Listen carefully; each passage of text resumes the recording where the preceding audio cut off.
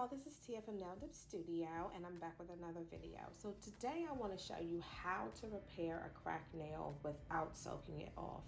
So as you can see here, I cracked my thumb nail trying to lift a box, and I have somewhere to go and I can't soak my nail. So what I'm going to do is just repair this on top of, repair the crack.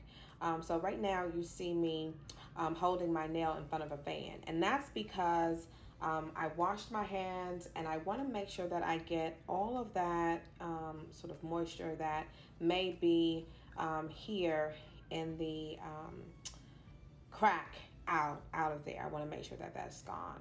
So what I'm going to do now is use my e-file to help with sort of this process.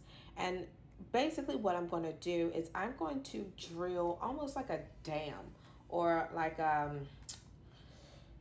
groove over the crack, just so that I have a place to basically deposit some additional powder.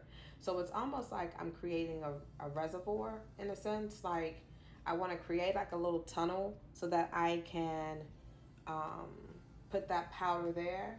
So before I move into that particular step, I'm going to just simply remove the top coat, which would be step number 4, off of my nails. And the reason I want to do that is that, again, I can't apply any additional products or really any top coat with that top coat on top. It's already set, so it may give me a little bit of an issue with really creating a bond. So that's why you want to make sure you just take that off, because it's going to be really hard to apply the product with the top coat on top. It looks ugly. It's ugly. So right now, remember when I was telling you I was going to sort of create almost like a reservoir, or like a little dam, if you will, a little groove? That's what I'm doing now. So I'm taking this little bit. This is the diamond spear, I think, drill bit that I'm using, and I'm just using that on the low speed, not too high, because you don't want to overheat that area, because it can cause some heat. I'm just creating almost like I'm tracing the crack, essentially. I'm just trying to create a groove, trying to create a little pocket there, so that when I add the additional powder, it has a place to really safely land. And in that crack, as I'm drilling down, so I'm creating some separation, right, from the last layer above it. But what I'm doing is essentially going down to almost like the middle of the nail. So let's just say if I dipped my nails in the previous application 5 times, I'm going down to layer number 3, maybe 2.7, if you will, so that when I apply the base and the powder, it's somewhat bonding at the beginning layers. You get what I'm saying? It's almost like it's like grabbing it from in between. It's like putting your hand in the slither of the couch. You know, like when the remote drops to the side and you push your hand down to grab the remote. That's what came to mind, sorry. When you push your hand down to grab the remote, that's what this is, okay?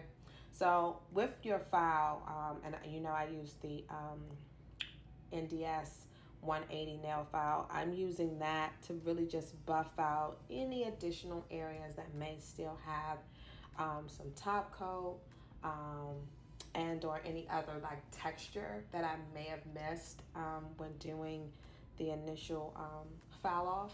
That's what I'm basically going back here and doing. I also want to make sure that I am, again, just cleaning up any additional product, because again, remember, I'm repairing this nail. So I have 2 layers of top coat on here, maybe 3, depending on what I was feeling like at the time. So I want to make sure that I'm filing all of that off, even some of the bulk associated with the top coat. I want to make sure I'm filing all of that off, so that when I go in to fix the crack, I don't want to have now 4 to 5 layers of product on top of the layers that I have. Like, I don't want to have 4 or 5 layers of top coat on top of the layers that, that are already there. It's like, that's almost too much. So that's why I did that. So clearly, I took a little bit of the alcohol, and I brushed everything off, dust everything off, just to make sure everything was clear. And now I'm moving on to step number 1. And yes, I am going to use the primer on top of my nail. And I'm doing that because, again, I want to make sure that I am bonding this product into the original layers. And I want to make sure that it has a nice grip. If it didn't, it would be problematic, because essentially it's just going to come right off, and now the crack is even weaker than what it was before you drilled on it. So now you're in a whole big mess. So I'm going to grab a mirror. This is the new formula. I changed it. I modified it.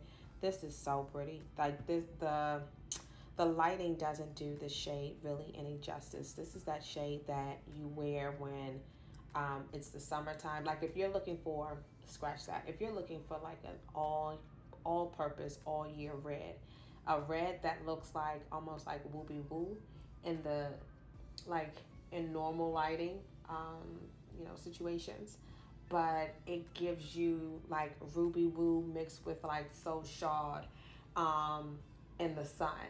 It's like that orange red, like you're at the cookout holding that drink, that cooler, whatever, the glass of wine, a little sangria, something, and the sun is hitting your nails, and like 5 people walked up and said, "What color is that?" That's what the shade is. So, right there, what I did was I just added a little bit of product in that groove. I tried to center and focus solely on the crack, not going too far outward, because what I want to do is I want to make sure that I have enough product there to file, but I don't want to have to over file, okay?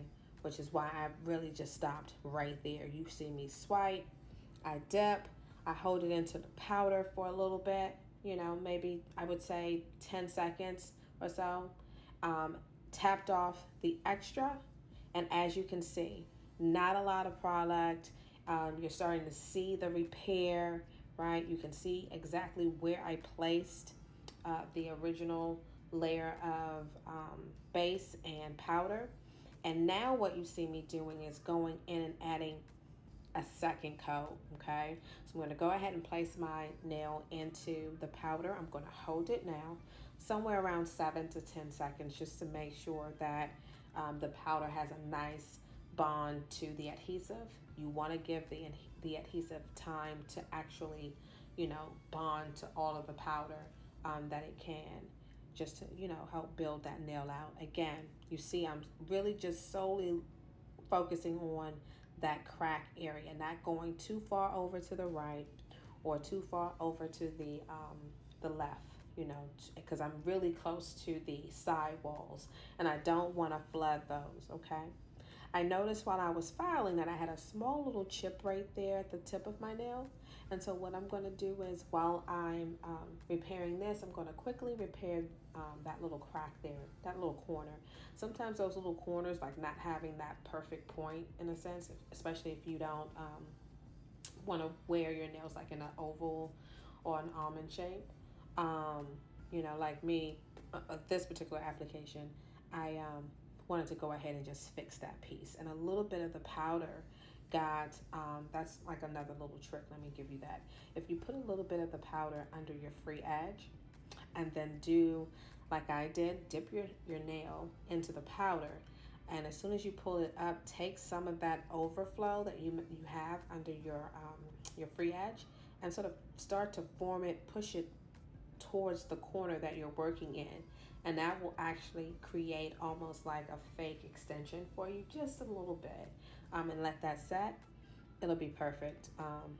you'll really like it. So right here, I'm applying step number 3, which is the bond. Okay, and as you see here, I got some of the pigment on the brush. It sort of changed that brush from being clear to the shade of mirror. So right now I'm showing you how I use my dip cleaner when I need to clean my brush. I would say anything that's step 1 or step 3, those two, anything from those two, that's how I clean it. And as you can see, it comes right off. Brush is brand new. And so I'm going to screw the top back on for the actual bond, and I'm going to also put the brush cleaner brush back in just for safekeeping. But that's something I wanted to catch on camera because I don't think I've ever really showed you how I clean my brushes using my brush cleaner. So there you go. So right here, because again this is soft, I don't want to overfoul. I'm going to be focusing on the 180 side. Again, this is not a application that warrants a grittier nail file. So nothing really, I would say, over one. I would say nothing below like maybe 180.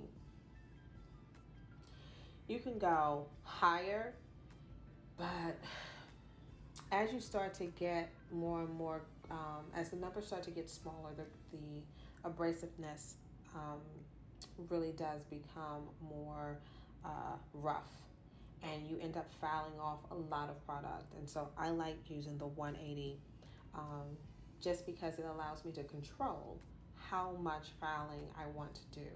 I rarely overfoul, if at all, when I'm using the 180. So if you struggle with overfouling, you might want to dial it up, which means it's getting softer by using something in the 180 or higher family. So right here, I'm just using the buffer, to buff out the surface of the nail, making sure that everything is smooth.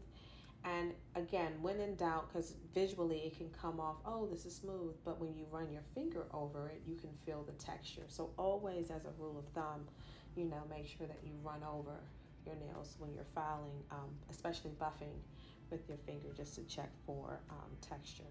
So right here, I just sprayed on a cotton pad some alcohol, and I am really just wiping off the bond. And that's, again, important to do so. You always want to make sure that you either A, spray your nails down with alcohol and wipe it down really, really, really good. And as you see here, I'm taking a lint-free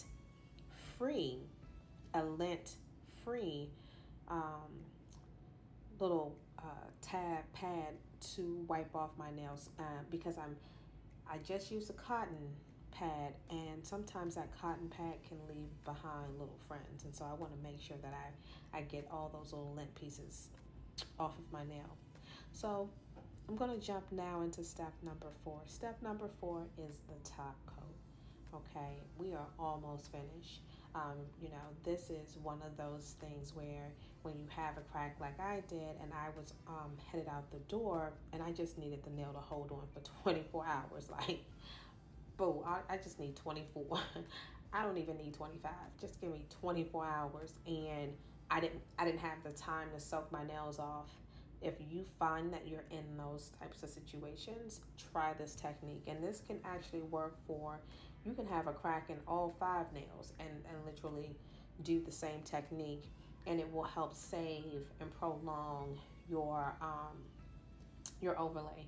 Now, it won't be as strong as the original application, but it will save you some time. So hopefully this tutorial was helpful. Again, this was TA. If you're interested in any of the products you've seen today, be sure to check out naildipstudio.com. Until next time, keep dipping. Bye.